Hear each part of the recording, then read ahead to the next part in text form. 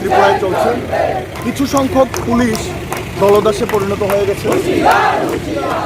আমরা মামলা করলে পুলিশ বিজেপির গুন্ডাদের গ্রেফতার করছে না, আর পুলিশ সমুটো মামলা নিয়ে আমাদের নেতাকর্মীদের মিথ্যা মামলায় জেলে পাঠাচ্ছে। আপনারা দেখেছেন ইদানিংকালে বিজেপি কংগ্রেসের মধ্যে যে ক্ল্যাশ হয়েছিল, বিশ্রামগঞ্জ বলুন, বিশালগড় বলুন, জিবিতে বলুন বা সারা রাজ্যে বিজেপি এবং কংগ্রেসের মধ্যে ক্ল্যাশ হয়েছে, অথচ পুলিশ সমুটো মামলা নিয়ে শুধুমাত্র কংগ্রেস কর্মীদের ফাঁসাচ্ছে। আমরা পুলিশকে আজ এই বিক্ষোভ র্যালির মাধ্যমে জিজ্ঞেস করতে চাই, বিজেপি গুন্ডাদের সামনে পুলিশ তুমি কেন অসহায়, আর কেন তুমি বিরোধীদের জেলে পাঠাও মিথ্যা মামলায়? পুলিশের কাছে এই জবাব চাইতে আজ আমাদের এই বিক্ষোভ র্যালি। এবং আপনারা দেখেছেন যে বিশালগড় মহকুমার যে এসডিপিও, উনার এই বিশালগড় থাকাকালীন সময়ে ৩-৪টে ঘটনা ঘটেছে।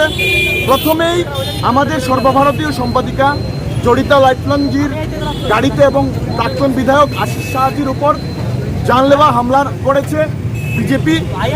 আমরা এফআইআর করার পরও পুলিশ একজনকেও গ্রেফতার করেনি।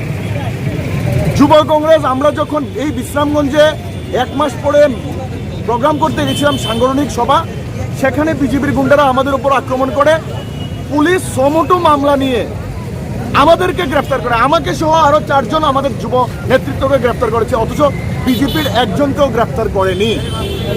গত 2 দিন আগে বিশালগড়ে যে ঘটনা ঘটেছে, আপনাদের মাধ্যমে আমরা দেখতে পেয়েছি কংগ্রেস বিজেপির মধ্যে সংঘর্ষ হয়েছে।